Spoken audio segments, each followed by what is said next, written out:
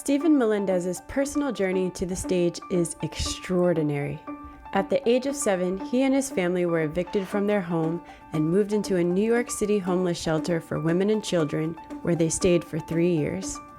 During this period, he was introduced to dance through Project Lift. One might say dance saved the current artistic director of New York Theater Ballet's life and gave him a sense of belonging.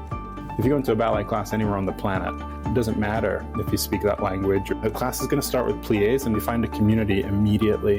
There's probably something psychological about that for me with my background. The idea of having a community was really special, I think. You're listening to Moving Moments, the podcast that explores the dance world's most accomplished and groundbreaking artists. I'm your host, Alicia Graff-Mack, Dean and Director of Dance at the Juilliard School. During each episode, you'll hear me talk with some of my closest friends and most trusted colleagues as we sit down to hear about their creative process and how they are changing the dance world on and off the stage. Stephen, it's so awesome to have you here on Moving Moments. Thank you so much for your time. It's super neat to be here. Thanks for having me. In the fall of 2023, Lift, your award-winning documentary based on your journey from childhood to stardom, was finally released on Apple TV and Amazon Prime for everyone to experience. Did you ever think that you'd be a movie star, a star of the screen, or someone who appeared in people's homes? Not at all. Not even a little bit. I spent so much of my childhood trying to convince my mother and the rest of my family that being a dancer was a real thing. And the idea that now there's a film about my life is totally wild. This is crazy. I just kept thinking as I was watching, how did they know to capture these moments? And were you aware from those days that eventually this would become a film? No, not at all. It's an interesting thing. When I was younger, I was unique, I guess, or maybe it was just because the press liked the story, this idea of a homeless boy being a ballet dancer in New York. And it was everything I could do to get a review in a newspaper or a TV show or something for some performance I'd had. And every single time it felt like they found a way to shoehorn that little tidbit of my backstory in, it was like, I don't know, it was almost like voyeurism or gawking at the oddity in the ballet world. So there was a lot of press following around already when I was younger. And when David decided he wanted to make a film about all of this, he followed me around for 10 years. And I think the benefit of that amount of time is that in the film, ultimately, it really shows an incredible journey. That's beautiful. I wonder, coming into the dance world and being part of the classical ballet world, what was it like to have your daily routine with your family, living in a shelter, and then getting on the train, commuting, going to New York City, putting your tights and your ballet shoes on? I think of it as like putting your Superman outfit on and continuing on with your day. What was that duality or living that life on a day-to-day basis like as a young person? It was difficult, but it was the kind of difficult that I can look at now in hindsight and recognize. But at the time, it was the only reality I knew. And so at the time, it was very normal. I think of the New York City subway as like a little magic tunnel. I'd get on the train at Hunts Point in the South Bronx, and I swear to you, I was a different person walking through the streets in the South Bronx. I held my body differently. I spoke differently. My clothes fit me differently. And I got on the train, and something along that journey before I got off downtown on 33rd and Park Avenue. You couldn't be more fancy than Park Avenue. And when I got off the train, everything about it was different. I stood up straighter, and my speech pattern was more articulable, and my pants were pulled up high, and it was a totally different thing. But my mother was, I think, really good at protecting me from the reality of the world. I went to school in Manhattan as well. She lied on our residency for the Department of Education, so that I was zoned into a school that was actually in Manhattan, not in the Bronx. Mm-hmm. And that was all fake, but whatever, that's what she did. It worked out for us. And so I'd leave home at, I don't know, 6 a.m. or something to get downtown in time for class. And I'd go from school directly to ballet, and ballet class would get out at, I don't know, 8:30 maybe. Mm-hmm. By the time I got home, it was just in time to go to sleep. I spent very little time, if we could help it, actually, quote, living in the South Bronx, even though we literally slept there every night. And I think my mother did that on purpose. If there was an excuse or a reason to go out and do something else, we would do it. And I really respect that, especially now as an adult person looking back, recognizing all of the possible ways that life could have gone wrong for me. Just looking at the statistics of the people that grew up in those areas, people that fit exactly who I am or who I was at that time. So yes, absolutely, the Superman outfit is a good way to put it. I always felt like when I spoke to my mom about the things that I was dealing with as a young dancer, somehow she would always turn it on the other side and say, but that's what makes you special. But that's what's going to make your legacy. That's what's going to make people want to watch you, Alicia, because you have something different to share, because that's God's gift. Amazing to look back and understand that level of support. Some of it comes from fear, now being a mom, I say things out of my deep worry and anxiety of my kids being exposed to the world too soon without the tools to understand. It's also a way to fortify with that cape on your back to know that you can become something bigger than yourself for bigger reasons. Yeah, it's an interesting thing, that idea of protection. I think you're right. I'm not a parent, but I think I can understand the fear, the abject terror that a parent might feel having their child out in the world, especially when they recognize that their child is approaching the world from deficit and that the world is not a particularly forgiving place. What was it like as a young person navigating these very disparate worlds? Well, honestly, I ran away. I moved to South America when I was just a teenager, taking a contract there. A lot because I was trying to prove still to my family that being a dancer was a real thing. I remember coming home with that contract, and I said to my mother, look, even people on the other side of the planet think that I'm a good dancer. And it was like one of those moments that you have with your parents. And I left only 7 days later. I gave her almost no notice that I was leaving the country. And I regret that now, but I think it speaks to that dual world thing. In my community, I'm a Hispanic boy growing up in the South Bronx. The options were baseball or college. So I ran away. I was 18, I think, or 17 or something. And I moved to South America, and I was there for a year. And while I was there, the company toured all over the world. I can't say that extremely enough. And it was such an opportunity for me to see every conceivable culture and their relationship to dance, and to see all of the ways that I perfectly fit in some places and absolutely did not fit in others. And I really grew a lot. They were really formative years for me. And immediately after that, I moved to Estonia, to Eastern Europe. I mean, as close to Russia as you could get without actually being in Russia, right? I wanted to get that Vaganova training, that real classical training in ballet. But also, it goes without saying, Estonia is a very white place. And actually, I had not even landed yet from the plane, and already the flight attendant on Estonian Airlines, she came to me while I was sitting in my seat, and she said, how long are you going to be in Estonia? And I said, I'm moving here. And she goes, oh, well, I am Estonian and I love my country, but you should just be careful when you go out in the street.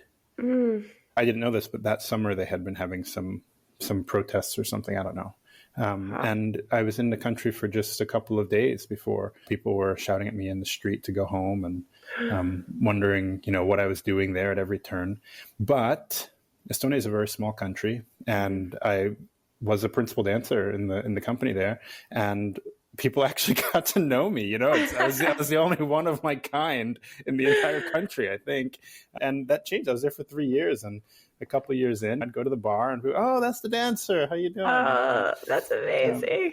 And it was such a wild thing to see how classical dance was perceived as a sort of, the best way I could describe it is it's the way we think about, I don't know, like Taylor Swift or something, like real rock stars, people that, you know, you walk into a place and you say you're a ballet dancer and they really respect you and they want to know more and they just are so interested. Whereas in the US, especially in New York, you tell somebody you're a dancer and they go, yeah, but what's your job? You know, it's Right. a totally different relationship, not to mention that there's an inherent disconnect of being a person of color. I'm in the classical world, you know, and tell somebody you're a dancer here and they go, oh, you must dance for Ailey. So it's a different thing. I think through the process of making the film, though, I started to understand that the story, my background, and the experiences that I've had are worth telling. I spent so much time running away from them, trying to hide them, just trying to blend in like everybody else. I'm trying to be the best code switcher I could be. And David, you know, who's the filmmaker, he followed me around for 10 years with that camera. And I think it's through the process of making the film that put me where I am right now. Every time he wanted to interview me and every time he showed up again with his camera to film every innocuous thing, you know, he wanted to follow me into the dressing room, into the bathroom, onto the stage, into the airport, like all these weird places. I said, David, you got to chill out. And he would say, yeah, but people have to know this story. Mm-hmm.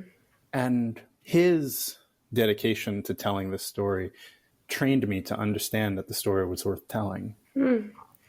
It's so beautiful. I mean, I feel like we can look back on our early years, our childhood, or the beginnings of a professional career and, you know, write it down in a journal or reflect upon it in conversation. But to know that you're documenting it in real time, I feel like is a different type of reflection that must be so powerful. And then to share it on such a broad stage, I can't even imagine how that affects how you walk through the world, especially in the dance world.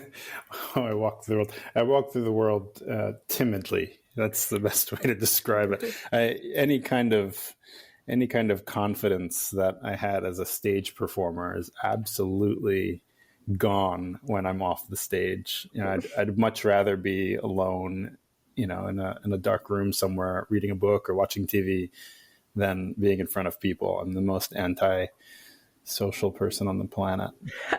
I feel that way too, which is odd that I would have a podcast and I talk to people and ask them more about their lives. Maybe that's what it is. I get to talk about other people's lives and not so much my own. Well, there's something about pretending, right? That's, at least for me. I mean, I loved, you know, being the prince or being, the cavalier, or, you know, something like that. It was such an interesting fantasy to play out, totally opposite from my childhood or my upbringing, which I think honestly is the problem. You know, I say the problem like capital P. The problem with classical ballet is that the stories are so far removed from the lived experience of so many people. I would love to learn more about your moving moments, the seeds of inspiration for making dance part of your life. Can you remember or share with our audience what it felt like when you danced, why you made the decision to dedicate your life to movement? I'll tell you a couple of stories, I guess. The first time I was on stage in front of an audience, well, maybe not the first time I was on stage for a run, but the first time I'd done a ballet, of course, it was the Nutcracker, right? Every ballet dancer's first performance is the Nutcracker. And at the end of the performance, I got to take a bow. And I remember thinking that it was the most incredible thing that a theater full of people would clap for me, you know, that they would recognize me, they'd applaud me, they'd cheer for me. And I think it stroked my ego in a way that was really dangerous. It was really great. So there was that moment that I remember really, really well that drove me, and even as, you know, after I was an experienced performer, still coming out on stage at the end and receiving those accolades was really special for me. Mm-hmm. As I got a little bit older, I was talking earlier about getting to travel and seeing the world maybe I can't think of a specific moment, but seeing the world through the lens of dance, which sounds strange to say, but the truth is that if you go into a ballet class anywhere on the planet, it doesn't matter if you speak that language or if you are from that city or whatever, you fit right in. And the class is going to start with pliés and it's going to go to tendus, and that's the way it goes. And you find a community immediately. And, there's probably something psychological about that for me with my background, but the idea of having a community was really special, I think. As I got older, I started to realize the social impact that dancers or performers could have on the community around them in little ways. And some of them you recognize that impact immediately, and some of them you don't. And here are two stories where I was able to recognize the impact immediately.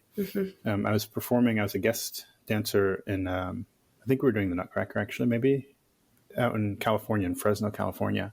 And after the show, there was a Q&A or a meet and greet. And I was sitting at a table, with my Sugar Plum and a bunch of other cast members, and we were signing autographs. And this little girl came over. She couldn't have been more than 6 years old. She was a little black girl, and she had her cornrows, beautiful. And she had her beautiful ballerina tutu on. She'd come to the show, I guess, with her grandmother or maybe older mother. I don't know, some older woman.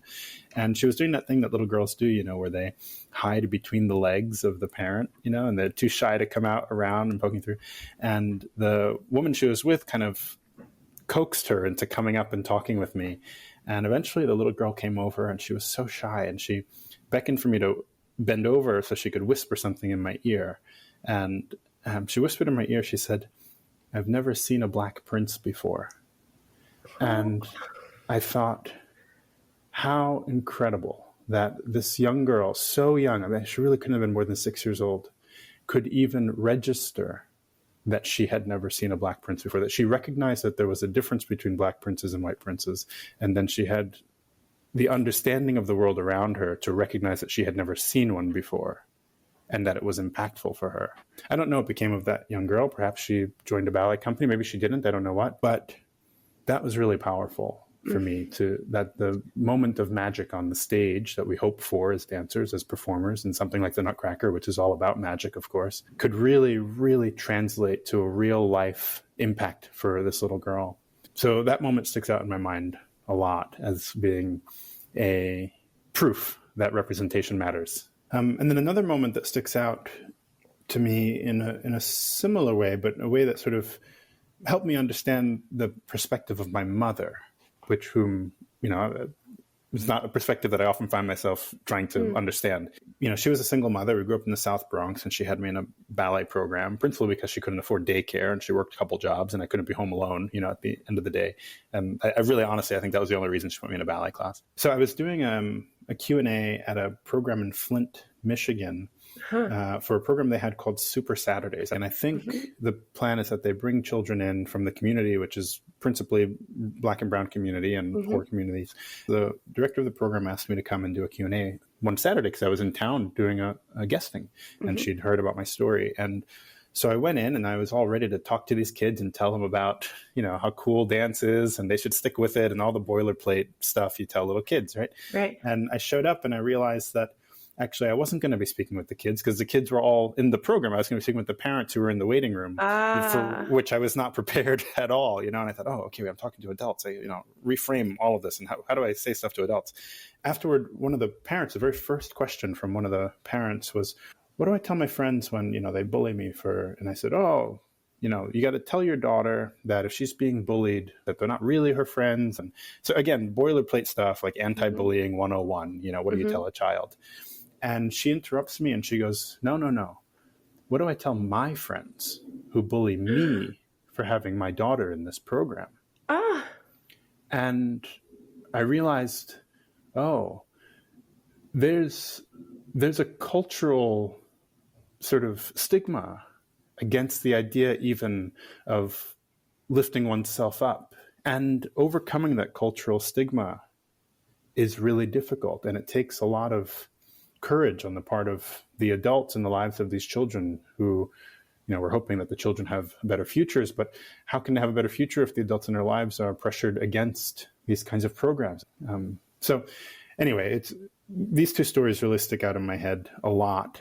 as I said earlier, reasons why representation matters, and Mm-hmm. as reasons why it's important to do the work, to really do the work day in and day out, and to be okay with having impact on the scale of single digits or maybe dozens. You know, it's great if you can affect 20,000 people, but it's also great if you can affect one person. Stephen, could you talk a little bit about your decision to move back to the United States and just illuminate for us how you transitioned into becoming an artistic leader, especially in New York City? What were the steps that led you back to New York and wanting to return to New York Theater Ballet? Yeah, this is an intersection of all of the best laid hopes and dreams and reality. My mother was diagnosed with cancer and she was very sick. And I was living in Europe at that time. And I said, oh, okay, I'll come back. I'll come back to New York. You know, we'll be together. And she goes, well, you're not a doctor. What are you going to do? You should stay there. And if I need you, I'll call you. It's that simple. And I said, okay.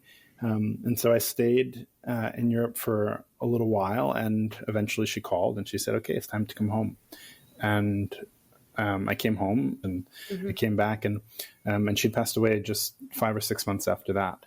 But I moved back to New York, and New York Theater Ballet gave me a job, you know, on sort of a short-term basis, like an emergency contract, basically. And while I figured out what I was going to do next, and I kind of found myself floating around a little bit. I couldn't bring myself to leave New York again to go back to finish the career that I was pursuing in Europe, because I felt like I needed to be near my sister, but also there wasn't anything for me to do in New York really at that time.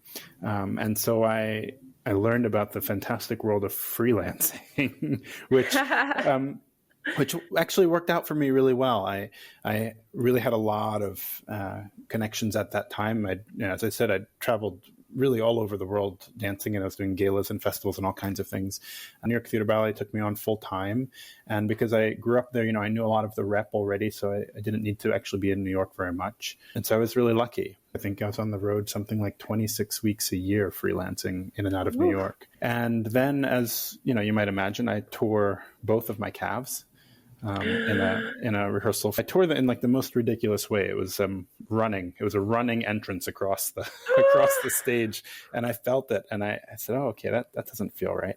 And I tried to dance through it, but you know, you don't win that battle. And so that was the end. And by then, I'd started teaching a little bit and choreographing a little bit. And out of the blue, I was called up and asked to fly out to New Mexico to learn about the National Dance Institute in New Mexico, which I did, and I loved the mission there, because it was the mission of the LIFT program. It was a mission of the program that I'd come from at New York Theater Ballet, and it was on a huge scale. And they wanted me to take over this entire program in Albuquerque. That was really massive. So I went from being a dancer and a teacher to being an artistic director immediately. The learning curve for me was significant. It was extreme. I learned about being in an office all day, and I learned about spreadsheets, and I learned about like all this random stuff that was really critical to the job of being an administrator. Was that interesting for you, or was that like the mundane, have to do it even though you're cringing through it? It was very interesting to me. I think it woke a part of my brain that had been dormant as a dancer. And in fact, to this day, I love a good Excel spreadsheet. I will sit with a spreadsheet any day. I love it. I love the formulas. I love when you can link spreadsheets to other spreadsheets. It's amazing. It's the coolest thing on the planet. So, and then COVID happened, right? And it was interesting because it was an opportunity for me, who I was already on my own learning curve, but now suddenly everybody else in the world was brought down to my level. Everyone was reinventing something. So I was reinventing myself, and everyone else was also reinventing how to do things.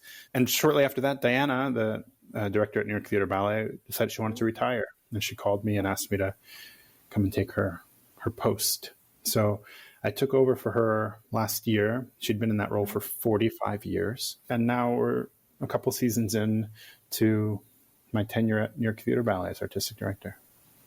Incredible. How beautiful that your path has been somewhat clear. Or is it a situation where you look back now and you can say, oh, I see now that my steps were ordered? My biggest fear on the planet is complacency. I didn't know that word when I was much younger. And as soon as I learned that word, I immediately said, oh, that's exactly the problem. Myself becoming complacent and this sensation that I'm standing still. And I think I have known this about myself in real time since forever. So if the question is, could anyone have predicted that I would be where I am now doing what I'm doing? I don't know that that's true, but I think it would absolutely have been predictable that I would be doing something, because I'm always doing something because I can't stand still. Talk to me a little bit about when you received that call from this buyer about taking on her legacy. How did you feel about taking on something so historic and so important, not only to the fabric of New York City and the world, but to your life? Those are two very different questions. The part about it being related to my life, I don't think I have a particular feeling about. I think two things. For the same reason that when I was younger, I spent a lot of time running away from being defined as being the product of an outreach program, trying to make a name for myself that was independent of everything else. I think that I have done enough now as an adult person outside of New York Theater Ballet that I have the proof or the evidence or the confidence to say New York Theater Ballet was incredibly important for me, but also I think I would have done something even if New York Theater Ballet weren't there. And so I don't feel beholden or obligated to repay or anything like that, if that makes sense. Yes. And so that allows me to approach my work at NYTB kind of objectively. Mm-hmm. And, the benefit that I have is that I know the history of the organization very well. And I know what has worked and what hasn't worked in the past. And I think my understanding of the dance community, the wider dance community, because I've been outside of New York Theater for a long time as well, lets me see what direction we need to go, what hole we need to fill that currently isn't being filled. So even though I have fear, incredible fear every single day, I also am very, very optimistic, and I'm very confident that so long as everybody just does what I say, everything is going to be fine. That's sort of, you're the head of an important thing. You have to, I know you have to feel that way. You have a vision. You do. You have to believe in the thing that you believe in.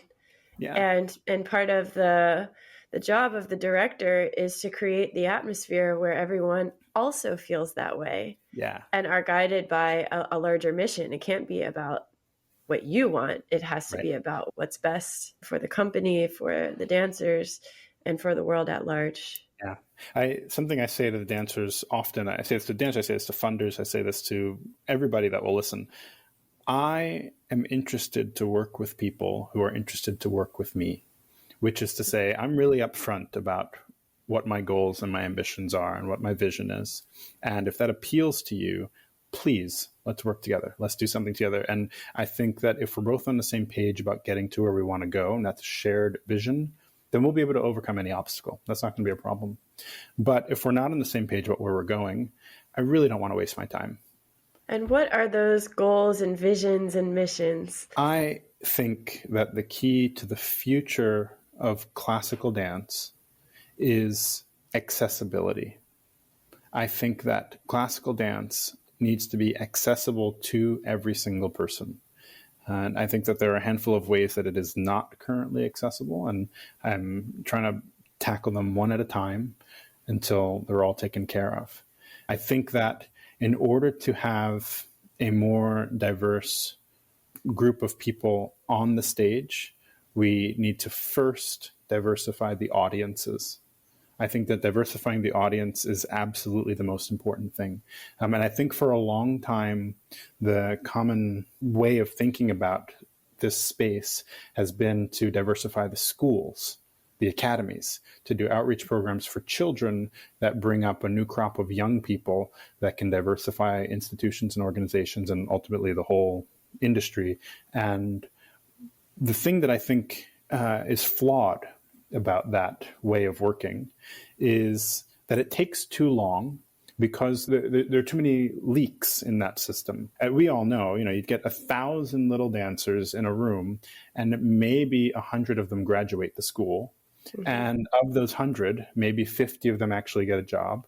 And of those 50, maybe 10 actually do anything. And if we're getting those kinds of leaky systems, there's no way that we're going to be able to make a generational shift anytime soon, let alone possibly ever.